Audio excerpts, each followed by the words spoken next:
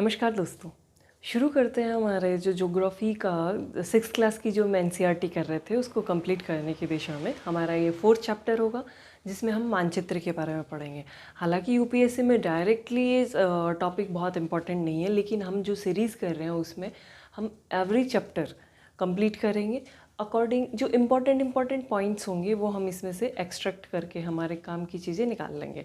हाँ, मानचित्र में ये है कि अगर हम प्रेजेंटेशन को इम्प्रूवमेंट करने के लिए इसका उपयोग कर सकते हैं, लेकिन जो इसकी डेफिनेशन है वो हमारे बहुत विशेष काम की नहीं है।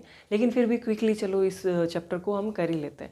मानचित्र का मतलब क्या है? पहले चीज़ तो सबसे पहले हम मानचित्र का अर्थ देखते हैं। मानचित्र मतलब कि एक पृथ्वी, हमने देखा कि ग्लोब को देखा तो पृथ्वी गोल है, तो गोल पृथ्वी और उसकी छोटी छोटी अगर डिटेलिंग पे जाएंगे तो हमें कुछ ना कुछ इसका तोड़ निकालना पड़ेगा। इसके लिए हमने मानचित्र को ज़्यादा बेहतर समझा। हालांकि मानचित्र एग्जैक्टली वैसा नहीं बताता जैसा पृथ्वी है, लेकिन फिर भी बहुत अच्छे तरीके से डिफ़ाइन कर देता है कोई भी प्लेस है, कोई भी पर्टिकुलर जगह है उसके बारे में। तो इसलिए मानचित्र की सहायता लेते हैं। तो मानचित्र क्या है? एक सतह पे खींची गई जो पृथ्वी की जो आकृति है उसको मानचित्र कहते हैं, एक लेमन लैंग्वेज में अगर कहा जाए तो मानचित्र हमने देख लिया। अब सबसे पहले चीज़ हम देख लेते हैं कि मानचित्र और ग्लोब में डिफरेंस क्या है। ये ग्लोब है, ये मानचित्र है, ठीक है। अब इन दोनों में डिफरेंस क्या होगा? पृथ्वी की जो एग्जैक्ट जो स्थिति को बताता है, किस तरीके की आकृति है, वो ग्लोब है। लेकिन पृथ्वी पे जो छोटे छोटे स्थान, शहर, राज्य या फिर कोई और छोटा गांव, और गांव की भी स्पेसिफिक जो बहुत जैसे खेत हैं, खलियान हैं, उनकी अगर डिटेलिंग चाहिए तो हमें कहीं ना कहीं मानचित्र की सहायता लेनी होती है। तो ये इनमें बड़ा ब्रॉड लेवल का डिफरेंस। सबसे पहले देखते हैं कि मानचित्र के प्रकार। तो मानचित्र के प्रकार में क्या आएगा? हमने मानचित्र क्या है देखा, ठीक है। अब इसके प्रकार, एक होता है प्राकृतिक, एक होता है राजनीतिक,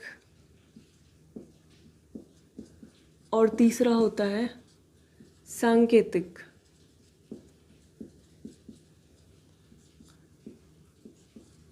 ठीक है। अब प्राकृतिक में कौन सा मानचित्र में क्या यूज़ होंगे? प्राकृतिक में जैसे पहाड़, पठार, नदियाँ, ये हमें दिखानी हो तो हम प्राकृतिक मानचित्र का यूज़ करेंगे।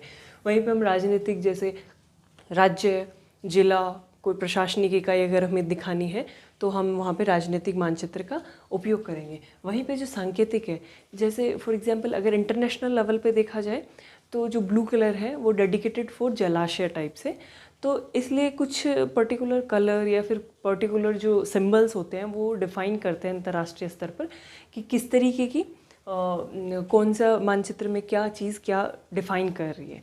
तो इस तरीके से हमने ये देखा, ये प्रकार हो गए। अगला देखते हैं मानचित्र के घटक।